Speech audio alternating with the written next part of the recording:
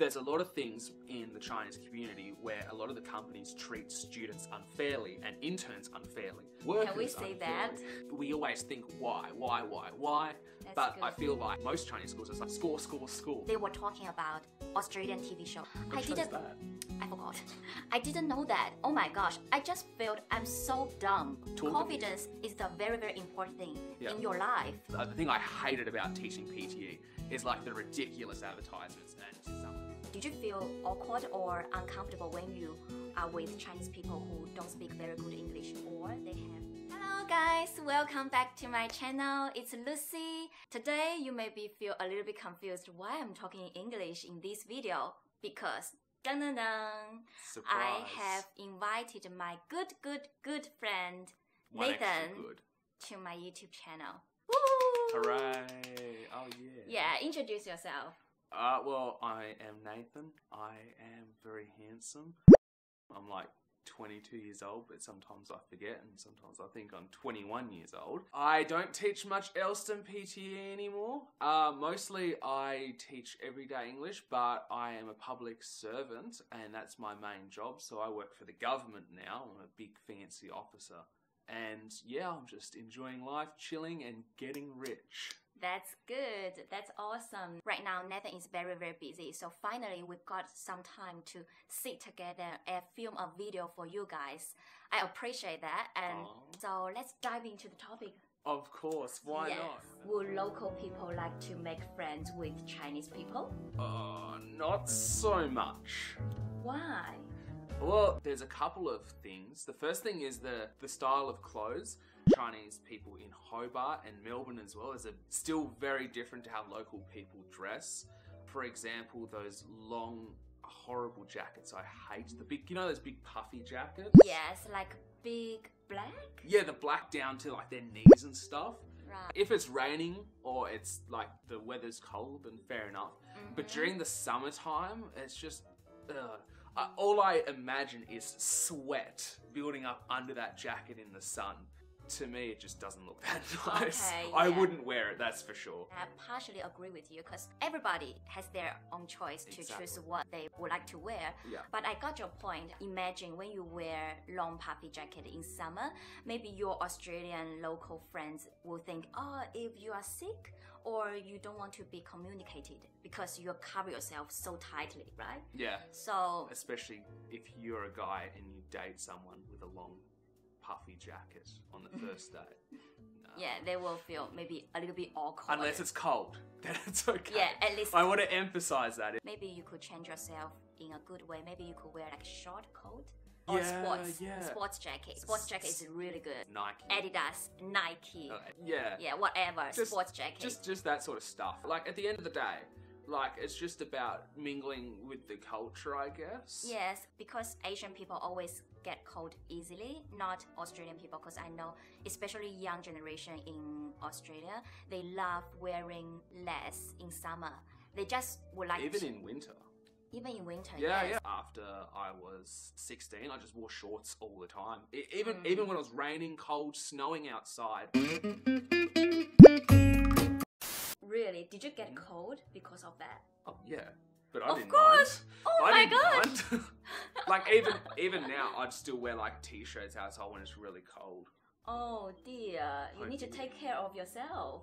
Yeah, that's why I'm wearing a jacket now, and I wear pants. When you get older, you will feel, okay, you need to wear more. And if you want clothes advice, just look at local people and how they dress. Like in Western culture, we love confidence. We love people who can stand up for themselves as well as take responsibility.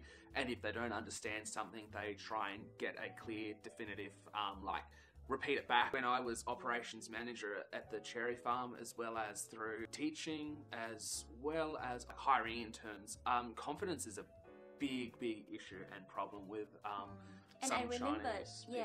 Like for example, when I gave instructions and stuff, because a lot of them worry about their English, and I could totally understand that. But in the workplace, if you don't understand something, you don't just go yes. If you don't understand something, you have to make sure you understand it. Don't care about your English, just try. That's all I can the point. suggest. If I was to go to China and just be so nervous about my English and nervous about everything, then why the fuck am I there? Even the laws, for example, when the hours or we're treated unfairly at work, we go to Fair Work, we complain about it, or we quit. And I've seen people quit from jobs where there's a lot of things in the Chinese community where a lot of the companies treat students unfairly and interns unfairly. Workers Can we say unfairly. that? I Speak guess out. it's the truth. Yes. But the problem is they don't know the laws. There's a lot of nice companies and there's a lot of nice teachers, agencies and institutions, but there's bad ones as well. It's the same as any culture. We need confidence, and we have our own right to protect ourselves in a foreign country. Yeah. When I was a student and I came to Australia, and I was nervous, and I feel I didn't have that enough confidence to talk to my English tutor or my local classmates. But you need time to get used to it. First thing, you need to try. If you don't try, you don't get the chance. Now I have worked for 2 years in local company. I feel I'm more confident to work with my Western colleagues and all Western customers. So you need to try, I think. When you would like to live in Australia, you need to try. Yeah. And you need to speak out. I have a suggestion how to improve your confidence when you feel your English is not very good. Just speak loudly a little bit in a peaceful tone. Not too passive, though. Not too passive. Confidence. That really help my English and help me improve my confidence. Did you feel awkward or uncomfortable when you are with Chinese people who don't speak very good English, or they have like a very strong Chinese accent? I don't think accent's really the problem. You don't It's care, not right? It's not a thing. Yeah, that's not a thing. Until now, I don't think I have very good English, and sometimes I have a wrong pronunciation, totally.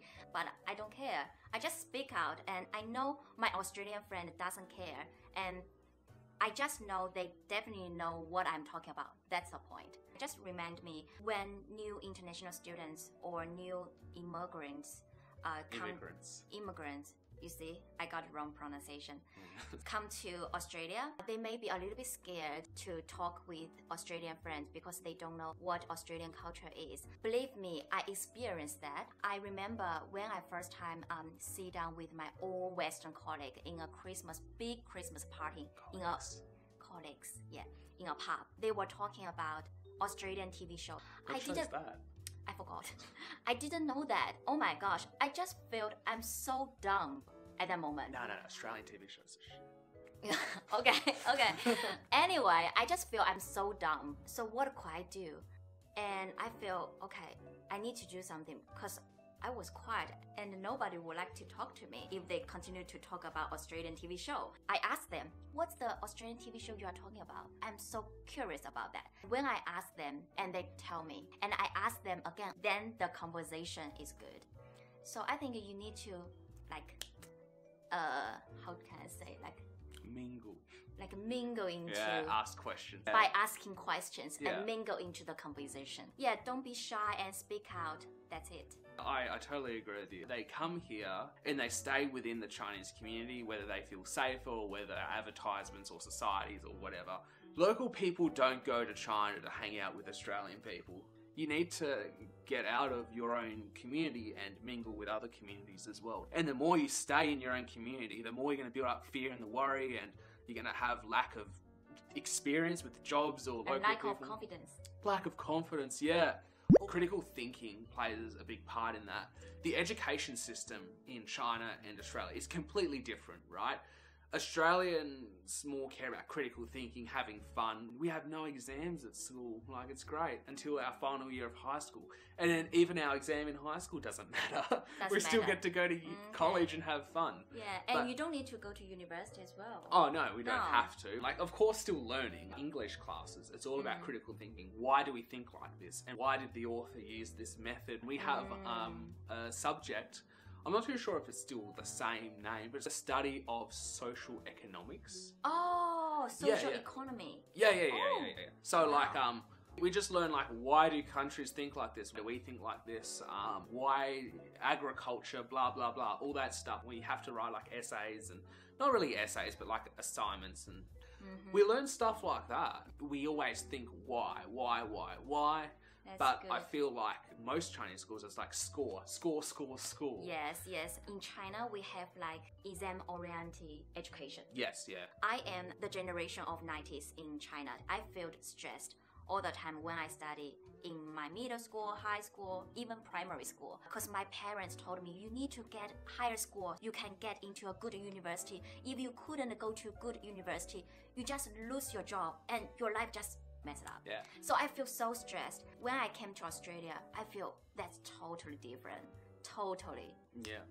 I have an Australian friend. He is very young. He almost finished his college. I asked him, oh, would you go to university? He said to me, maybe he will go to like TAFE to get more practical experience instead of going to university. Yeah. So you see the difference. For example, Nathan, I know he didn't finish his university, but now he already got his good job and he loves his job. Yes.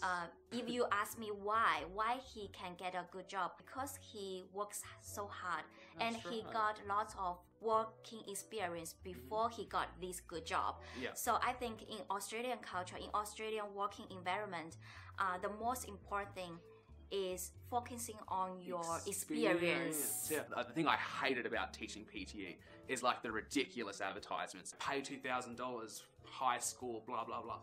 It's in my opinion, some of it might be true. So I think you need to critical thinking. Yeah, like look at that poster and make a judgment. Talk to your friends and get their opinion about it. Like, don't just pay for a product because there's an advertisement poster that says that you can get a high score or whatever. It's just marketing. Even if they do pass PTE, they still couldn't communicate with with local people. The truth is, like, I don't know too many people who have passed PTE who have good jobs. I mean, like, proper, good, legally paying job. I know you are working for immigration reasons, so you need to get a higher score of your PTE or IELTS. But at the same time, you need to balance. You need to communicate with local people. Confidence is the very, very important thing in your life. Yeah, exactly. Not the score. You have to try and learn and adapt. If you just stay within your own community, then you don't understand the aspects of local culture. And also, when you work with like Western colleagues, maybe you have many questions to ask.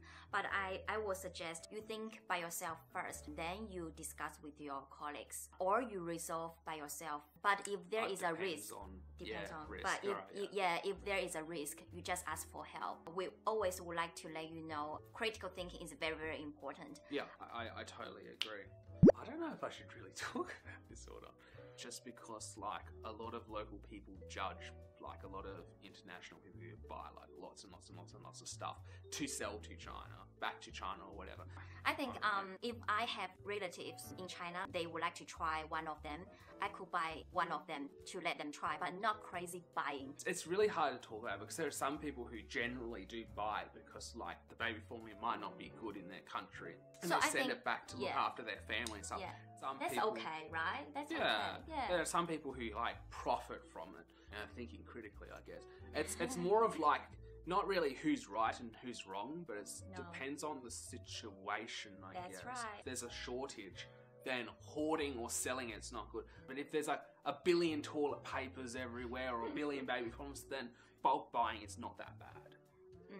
In my opinion, I don't support bulk buy, even though there are tons of things. Even ramen noodles? I don't like ramen noodles. I love them.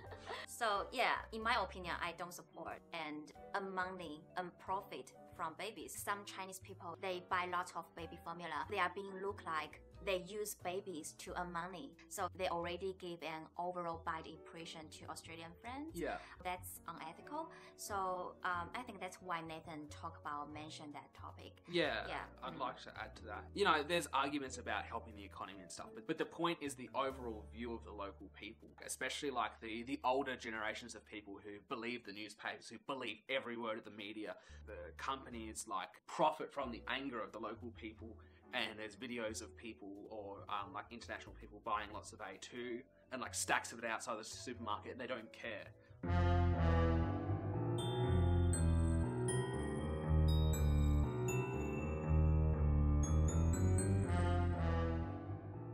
Like, that's not everyone. That's probably like, you know, 1 out of 100 people. But like, the point is that one video will get shared thousands and thousands and millions of times, and then it leaves a bad impression. I think that's all. We had a good talk. Yes. And may I ask you how many good Chinese friends you have?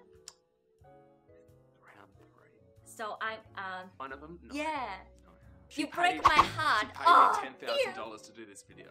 Yeah, because I'm rich. Of course, she's one of my close Yeah. best friends. in Yeah, the just world. joking. I hope you like this video. I know you will. And if you think I'm a bad person, looks, I said some things that might not sound right. He's to very let you- honest. just to let you know, I love you. That's the thing. I love you, I'm proud of you, and I just want everyone to be better, including myself. Just think of me like your hard, strict father. Never proud of you until you get that dream job. I hope you get some good points from this video. I think the most important thing is be confident with local people. That's Yes, right. That's right. Okay, follow 我在这里，我会把我的那个联系方式放在某一个角落里面。不要忘记订阅我的频道哦。Don't forget to subscribe to bravelucy. Be brave. I will see you next video. Bye. Bye-bye. Be seen. Pew.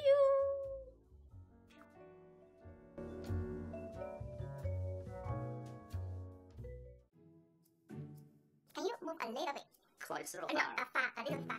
Oh no, I mean, turn left. Stay left. What is it? Like this, like this.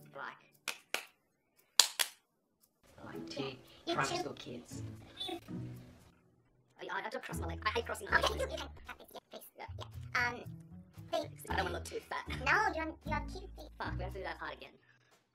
Police. Police. Police. Police. Like the police. Police. Yeah, police. Got it. Okay, I learned a new word. Thank you, Nathan. Yeah. You're welcome.